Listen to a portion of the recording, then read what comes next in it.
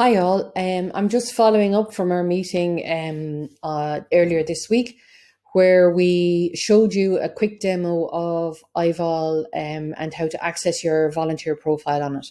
I thought we might put together a video in relation to that to just take a bit more time around how to access it and stuff, and have a kind of a permanent video that you can access should you run into problems. As always, if there's any problems with accessing your profile, or if you're not sure about how to sign up, or you need any help around the technology, myself and Fiona and Mike are more than happy to give you a hand with it. So never be afraid to ask questions. So in the first instance, what you need to do is you either type into your menu bar or type into Google www.i-vol.ie. So i-vol.ie is the website you need to go to. And when you're brought to this website, some of you will recognize it. You may have registered on this before to volunteer with us, and you may have, found your volunteering in City West and Tallaght this way. But for a lot of you, you may not have visited us before because you came directly to us from your volunteering, whether you were referred by a friend or met us in City West or something like that. So this is the National Volunteering Database, and Community Volunteers is part of that now. So the first thing you'll need to do, and the beauty of this is you should only need to do it once on your desktop computer and once on your iPhone, is to sign in.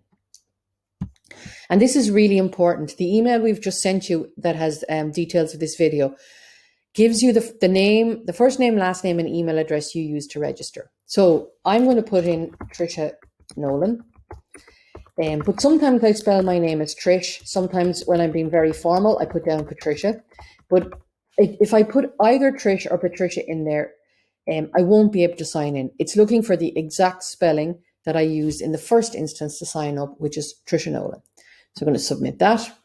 And once we submit that, it's going to tell me that it's going to send me a 4-digit confirmation code, because obviously we don't want anybody just using your name and address to sign in. So there's a code that kind of verifies its use. So here's my code here, 7530.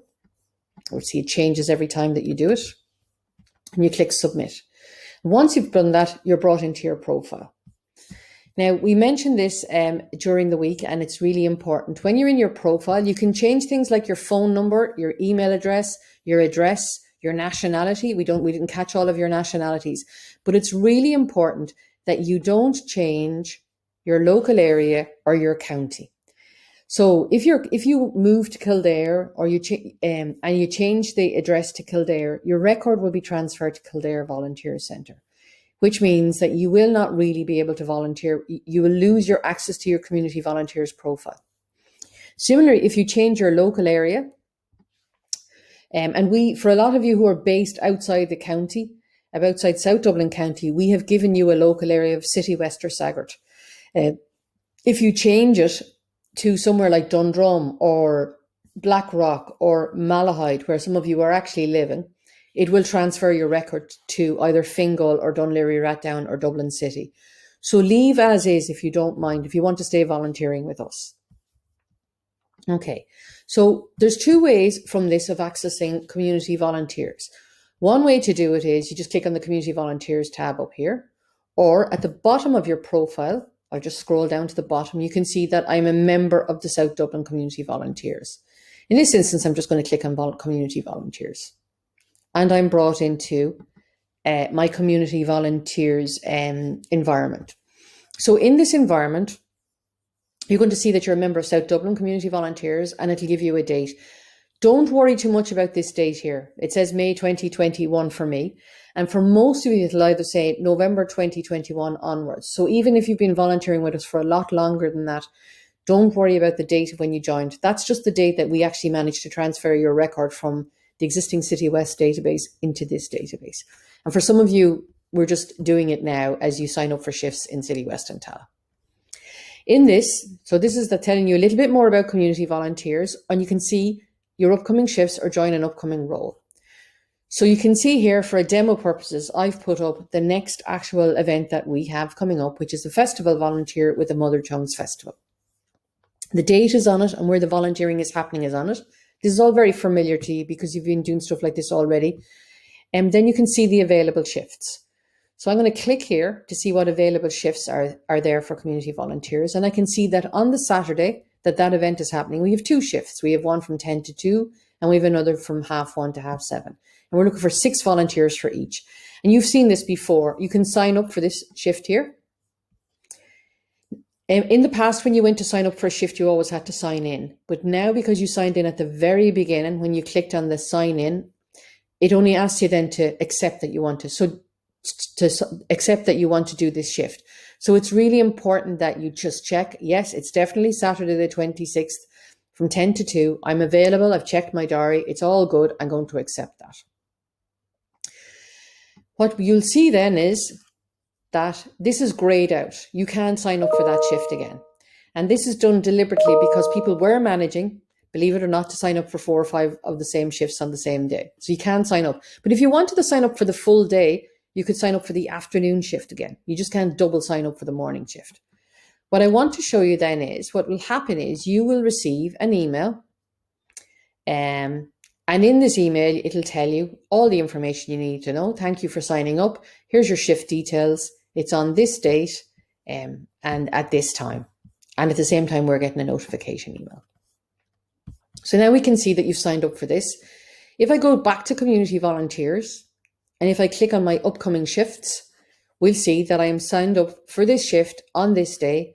And I have another shift. And don't worry about the vaccination centre one. This is us just trying stuff out. But you can see the upcoming shifts that you actually have to do. So the Mother Tongues Festival on such and such a date.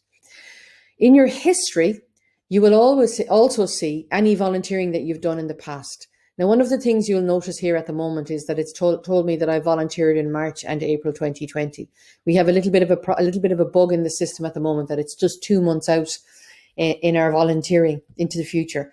So anything that I've done in February has been marked as April, and anything I've done in March has been marked as, or anything I've done in January has been marked as done as March. But we're getting the actual developers to look at it. So you can see all your volunteering history here. And it's nice to kind of get a sense of all the stuff that you've been doing. On top of that, if you go back to my upcoming shifts, you can do the normal stuff that we've been allowing you to do before. You can see the details of the shift, and you can also cancel a shift. So if you cancel that shift, are you sure you want to cancel it? I'm going to cancel it.